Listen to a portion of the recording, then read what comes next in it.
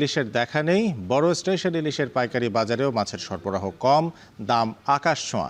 এ নিয়ে আরও জানাতে চাঁদপুর থেকে আমাদের সঙ্গে যুক্ত হচ্ছেন তালহা জুবায়ের।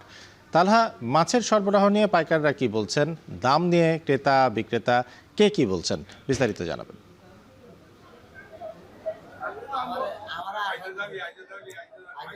আরফিন, এখন ভর মৌসুম চলছে ইলিশের, যেহেতু এখন বর্ষার মৌসুম। এই সময়টাতে কিন্তু জেলেদের জালে ইলিশের ঝাঁকে ঝাঁকে ইলিশ ধরা পড়ার কথা, কিন্তু জেলেরাও সেই আশা নিয়ে নদীতে নামছেন।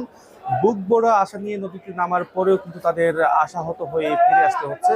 কাঙ্ক্ষিত ইলিশের দেখা না পাওয়ার কারণে তারা যেমনটা আশাহত হচ্ছে, তাদের জ্বালানি খরচ কিংবা পরিবার পরিজনের যে ব্যয় নির্বাহর যেই চাহিদা, তা কিন্তু ফুলফিল হচ্ছে না। একই সাথে আসলে এই প্রভাব পড়ছে মাছের বাজারে। দেশের অন্যতম বৃহৎ ইলিশের পাইকারি বাজার চাঁদপুর বড় স্টেশন মাঝঘাটে কিন্তু মৌসুম জুড়ে ইলিশের যে চড়া দাম, তা কিন্তু এখনো অব্যাহত রয়েছে। যদিও গেল সপ্তাহের তুলনায় সরবরাহ কিছুটা বৃদ্ধি পেয়েছে, বিশেষ করে দেশের দক্ষিণাঞ্চলের জেলাগুলো থেকে ইলিশের সরবরাহ বাড়ায় দাম কিছুটা কমেছে।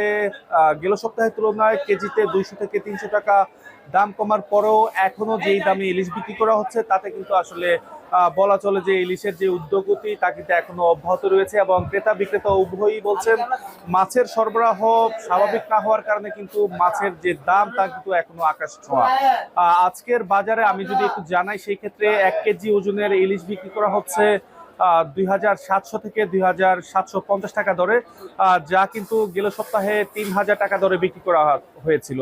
তাছাড়া 700 থেকে 800 গ্রাম কিংবা 850 গ্রাম 900 গ্রাম ওজনের ইলিশ বিক্রি করা হচ্ছে 2300 থেকে 2400 টাকা দরে। এবং ছোট সাইজের যে ইলিশ, তাও কিন্তু বিক্রি করা হচ্ছে 1500 থেকে 1600 টাকা। এবং 5টা কিংবা 6টায় কেজি এই ধরনের ইলিশ বিক্রি করা হচ্ছে আজকের বাজারে 700 থেকে 800 টাকা দরে।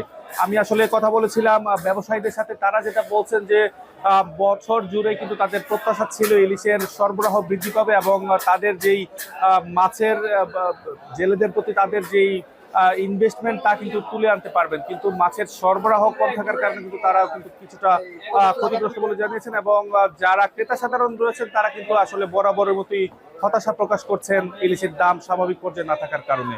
তো আরিফিন, এই ছিল আমার কাছে মাছের বাজারের সবশেষ।